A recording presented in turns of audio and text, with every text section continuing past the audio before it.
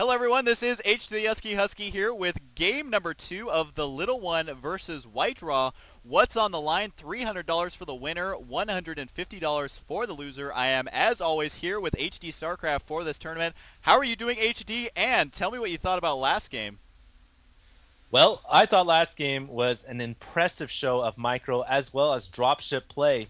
I really liked the use of those warp prisms and using the immortals for Whiterun and the Colossus for the little one. Unfortunately, I feel like the reason why the little one lost was because he lost so much more probes in the exchange where the zealots were at his natural mineral line. And of course, Whiterun did capture his expansion a little bit sooner. So I think that he might have just been out macroed, and that might have been the reason why Whiterun had so many units at his front door. But this game, of course, playing random, he is going to be Zerg. They're doing an over, killing the extractor and then getting one additional supply.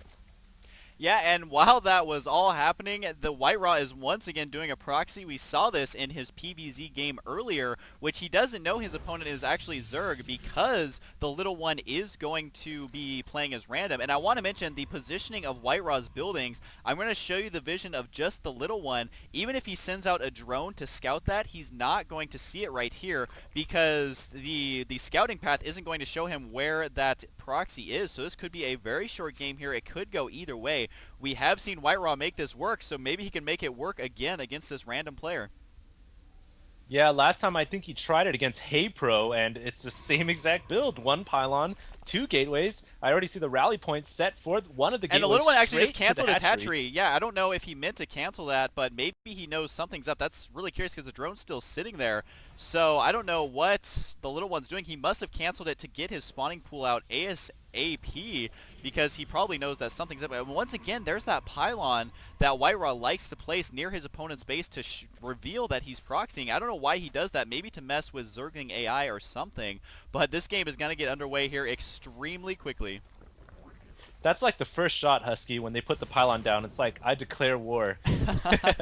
For sure, and yeah, he is going to be chrono boosting the Zealot right now, so... Oh, one's already done, so here we go. There's no... Wow, the spawning pool's not even done. Forge? There's a forge going down right at that first pylon. I really don't know what Whiterun is doing. He's putting a forge down, which means it can only mean a cannon. This Zealot is going to get surrounded by the drones, though, and holy crap. Oh, that's really StarCraft unfortunate, though, that Zealot... Well, he barely survived, but just... Like I said, barely. And so he's got 16 HP, and I can't believe he's actually going, it looks like, going to cannon contain the Zerg player. So this is very unorthodox play here. Even running in his last few Zerglings to try and do that. I can only imagine he's going to try and do a cannon contain. I can't think of anything else. What are those drones doing? They were moving everywhere. But White Raw is just being goofy this game. We'll have to see where this goes, though. Yeah, I think my StarCraft 2 might have crashed, but no, I was able to... I think, yeah, it's working fine. I'm back in now. So, yes, we do see two spine crawlers right at the hatchery at the main base.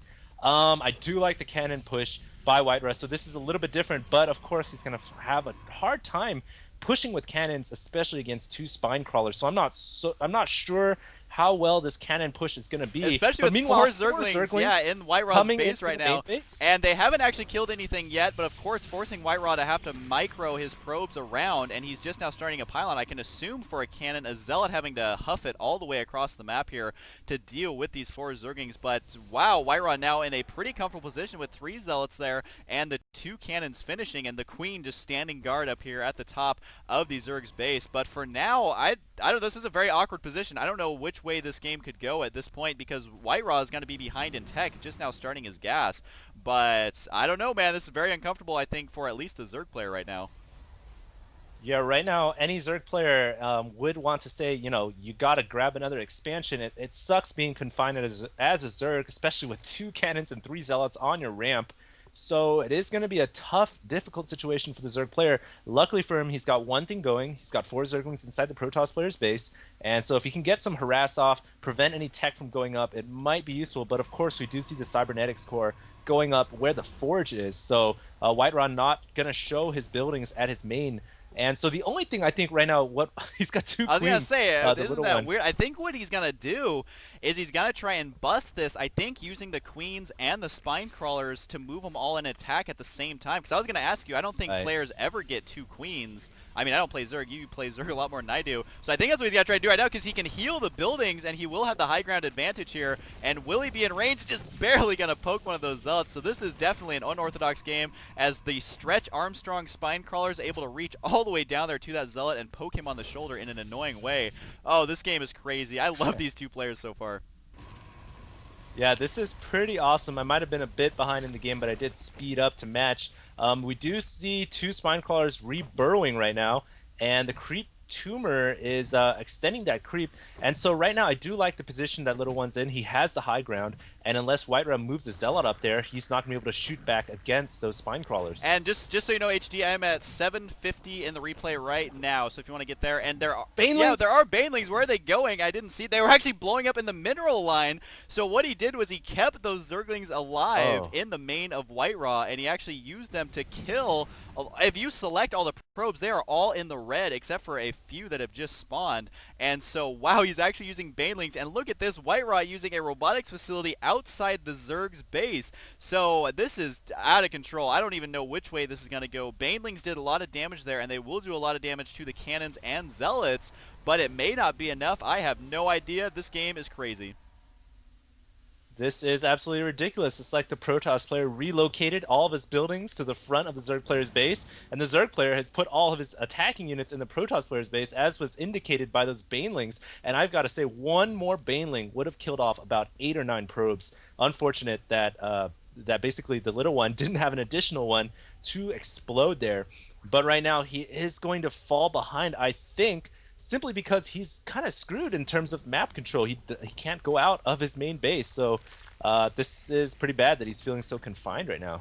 Yeah, and one thing I want to mention is this is not StarCraft 1. Oh, there is also a Nidus network going up. This is, if he has an Overlord over here, which he does, oh, this is a brilliant move here with the Nidus Worm going down. I do just want to mention this isn't StarCraft 1, because a Zerg on one base is still a potentially dangerous Zerg, as we may see right here. Do you think this Nidus Worm is going to end it? I sure do.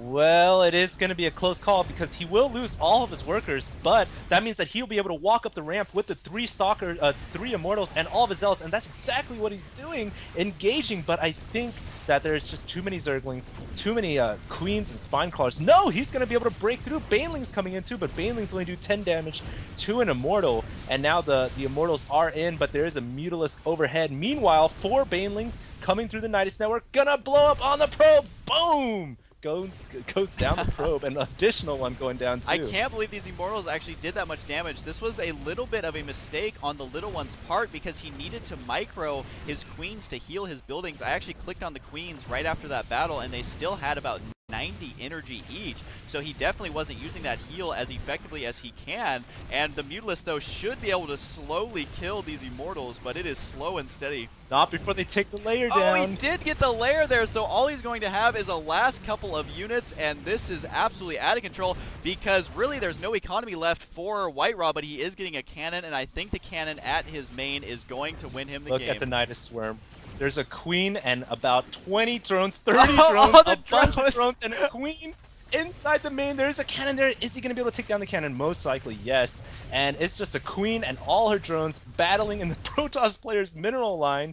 And the Protoss has no response. And in addition, 3 Mutalisks coming by air. And I think the Protoss player might have just lost this game. Wow, talk about a turnaround, because what the important part is, HD, is that the drones, they have 300 minerals to make another hatchery. So we could be seeing a base swap here. And with the 3 Mutalisks, there's nothing that Whiterun can do. Sure, Whiterun has all the cannons, but the problem is that he needs something to deal with all of these Mutalisks. There goes the hatchery somewhere. Oh, it's at the expansion here. Not sure why he's putting it there.